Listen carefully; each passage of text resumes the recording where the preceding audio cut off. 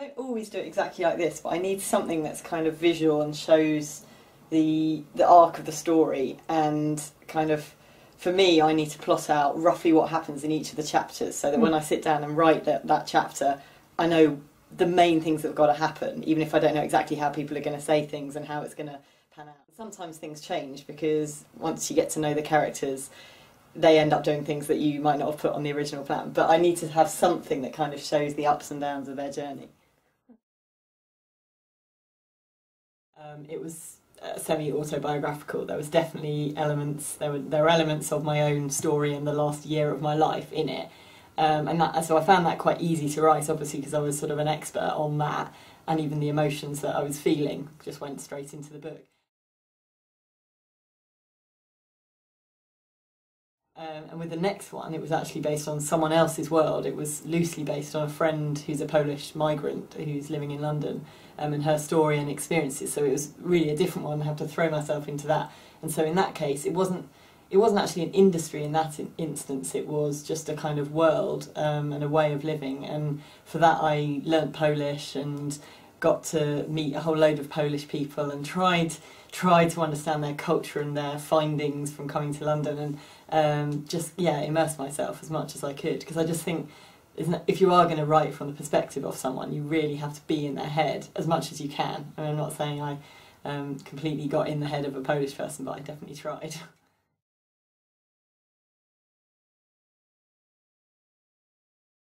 My next book is all about it's written from the perspective of a young person in South London, and it's got to be real and authentic, so like getting in the head of them and using the same language and kind of turn of phrase is really important, and they've really helped me with that. So these things lying around are always helpful.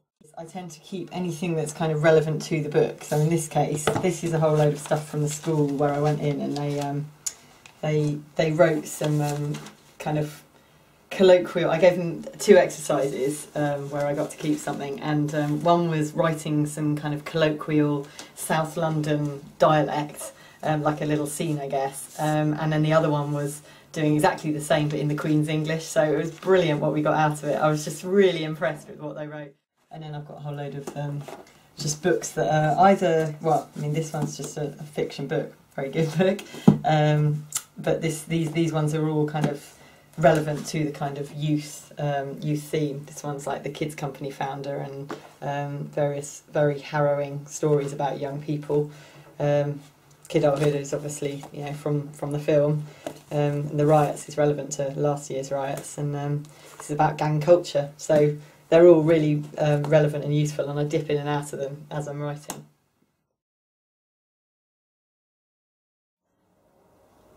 That's great, Alexa said with as much energy as she could muster. So, what have we learnt from all this? What drives our reader engagement? What types of things could we do that could really boost our loyalty to the brand? The room fell silent. Alexa started flipping through the pages of notes, hoping that something would catch somebody's eye. Unfortunately, the only person willing to speak was Derek.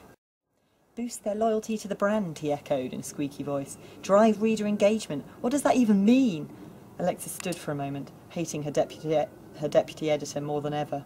The only way to proceed, she decided, ripping the pages off the pad and sticking them around the room, was to ignore him. She knew his childish behaviour was affecting people's perceptions of her, but she also knew that certain members of the team were mature enough to see through it and respect her for what she was trying to do. It was just a clique, she told herself. Old boys' clubs were to be expected. What I'm talking about is getting the readers really involved with our stuff, offering them an experience that they can't get anywhere else, making them love our app and everything else for all its amazing sporting disasters or animal games or topless girls or whatever it is we decide to do. Jamie, did you say we get a lot of pictures, topless pictures sent in? He nodded. By our female readers? From blokes mainly, Neil leaned in. That's how we get most of our models. Their boyfriends send in a photo, then they get flattered into doing a shoot. Alexa looked around the room, wondering whether anyone else was thinking along the same lines.